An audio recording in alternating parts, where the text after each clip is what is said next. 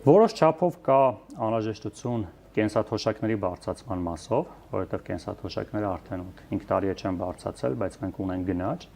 Ընդ որում կենսաթոշակների բարձրացման մեջ կարևոր մոտեցում կա նվազագույն կենսաթոշակի բարձրացումը, որտեղ այստեղ պոպուլիզմով չզբաղվենք, իհարկե բյուջետային հնարավորությունները ցանկացած պարագայում սահմանափակ են, եւ չես կարող ամբողջ բյուջեն ասել դե թոշակներ ենք բարձրացնում, եւ թոշակների բարձրացման ժամանակ մենք կարծում ենք, որ առաջնային պետք է սկսես ավելի ցածր թոշակ ստացողից, որովհետեւ Հայաստանում կա թոշակառու, որը ստանում է 36000 դրամ, կա թոշակառու, որը ստանում է 106000 դրամ։ Հետևաբար, երբ որ դու ունես սահմանափակ ռեսուրսներ, պետք է սկսես ներքևից։ Այսինքն առնվազն մենք ասում ենք, որ Հայաստանի Հանրապետությունում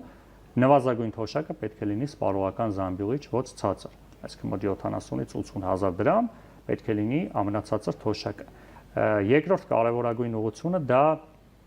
համայնքներում, առավել ևս փոքր բնակավայրերում լոկալ ենթակառուցվածքների ստեղծումն է եւ ապահովումն է։ Այսօր մենք բազմաթիվ համայնքներ ունենք, ովքեր չունեն խմելու ջուր շուրջօրյա, շատ համայնքներում 4-ից 6 ժամ է ջուրը, իսկ դա կենսական նշանակություն է եւ զարմանք է մեր նման պետության համար, իսկ երբ որ դու չես ունենում ջուր,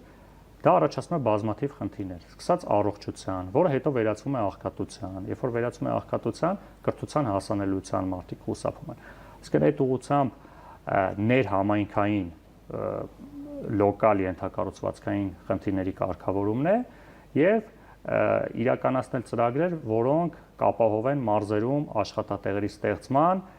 բիզնեսը դեպի մարզեր գնալու ուղղությամբ։